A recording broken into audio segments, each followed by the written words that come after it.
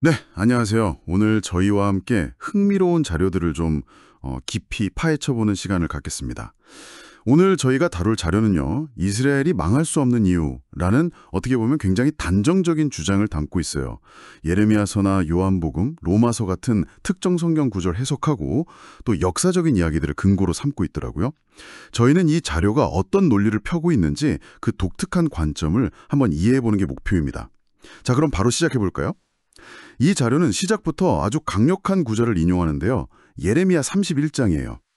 해와 달과 별, 또 파도치는 바다가 존재하는 한 이스라엘 민족 역시 하나님 앞에서 영원히 존재할 거다. 이런 약속이 있다는 거죠. 거의 뭐 자연법칙처럼요. 이스라엘의 영속성이 보장되었다. 뭐 이렇게요. 여기서부터 이야기가 참 흥미로워집니다. 네, 그렇죠. 이 자료는 그 주장을 뒷받침하기 위해서 이제 역사를 끌어옵니다. 고대에 보면 에돔, 모압, 암몬 뭐 이런 민족들이 있었잖아요. 이런 민족들은 다 사라졌는데 이스라엘은 정말 수많은 고난 속에서도 살아남았다는 점을 강조해요. 뭐 이집트 노예 생활부터 시작해서 왕국 분열, 바빌론 유배, 로마 식민 지배, 심지어 AD 70년에 예루살렘이 완전히 파괴되고 그 뒤로 1800년 넘게 나라 없이 흩어져 살았잖아요. 디아스포라요. 그런데도 민족적 정체성을 유지하며 존재한다는 거, 이게 이제 특별한 증거라고 보는 시각이죠. 수천 년의 역사를 관통하는 그 생존력 자체를 단순한 우연이 아니라 아까 말씀하신 그 예레미야서의 약속, 그거의 증거로 해석하는군요. 특히 근현대사로 넘어오면 더 극적으로 보이기도 하고요. 네, 맞습니다.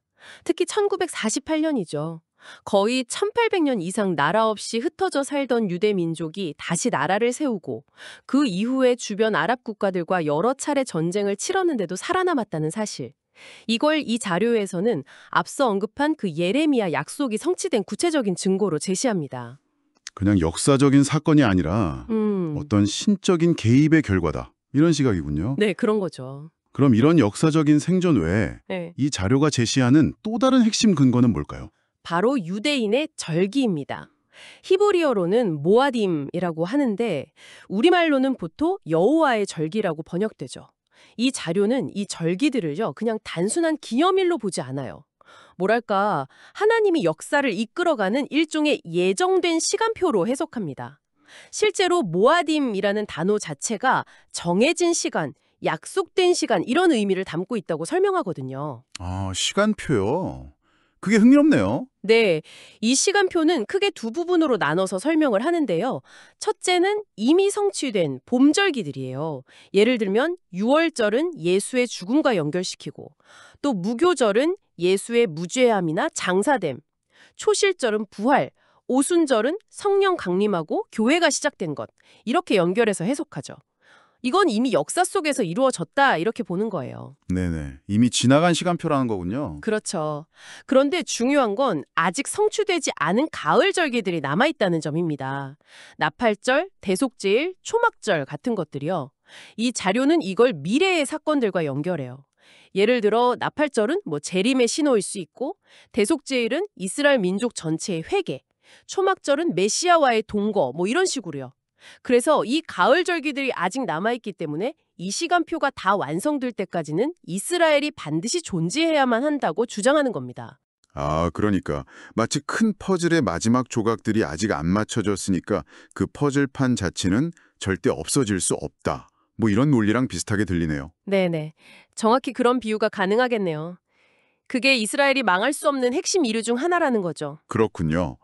그럼 이스라엘의 미래 역할에 대해서 성경적으로 또 어떻게 설명하나요? 이 시간표하고 연결해서요? 로가서 11장을 또 중요한 근거로 듭니다.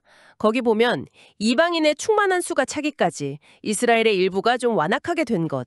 그러니까 영적으로 무뎌진 것은 하나님의 계획의 일부다. 일종의 비밀이다. 이렇게 설명하거든요. 그리고 결국 마지막에는 온 이스라엘이 구원을 받을 것이다 라고 되어 있어요. 온 이스라엘의 구원. 네, 이 자료는 이 온 이스라엘의 구원 시점을 바로 아까 말씀드린 가을절기, 특히 대속제라고 연결해서 해석하는 경향이 있습니다. 그래서 이방인 중심의 교회가 충만해지는 시대가 어느 정도 마무리되면 다시 이스라엘이 역사의 중심 무대로 돌아올 거다 이렇게 보는 거죠. 그렇군요. 그래서 정리하자면요. 이 자료가 주장하는 이스라엘의 존재 이유, 그리고 그 불멸성은 단순히 지정학적이거나 뭐 정치적인 게 아니라는 거예요. 그보다는 첫째, 성경, 특히 예레미야 31장에 기록된 하나님의 변하지 않는 약속, 그리고 둘째, 아직 완성되지 않은 여호와의 절기라는 예언적인 시간표, 이 두 가지 때문이라고 주장하는 거죠. 이 관점에서는 이스라엘이 인류 역사의 어떤 중요한 이정표 역할을 하도록 선택받았다, 이렇게까지 해석이 됩니다. 저희는 물론 이 자료의 내용을 객관적으로 전달해 드리는 것이지 이 특정 관점을 지지하거나 반대하는 것은 아니라는 점을 다시 한번 말씀드립니다. 네, 오늘 저희는 특정 종교적 관점에서 이스라엘의 영속성을 주장하는 한 자료를 함께 살펴보았습니다. 아주 오래된 종교적인 약속과 또 예언적인 시간표라는 틀을 통해서 한민족의 역사를 해석하려는 상당히 독특한 시각이었는데요. 여러분은 어떻게 생각하시나요? 한 민족이나 국가의 운명이 과거의 어떤 신성한 약속이나 예언과 정말로 연결될 수 있을까요? 혹은 역사를 해석하는 다양한 방식이나 틀 자체에 대해서 어떤 생각을 가지고 계신가요? 잠시 멈춰서 스스로에게 한번 질문을 던져보시는 것도 좋을 것 같습니다.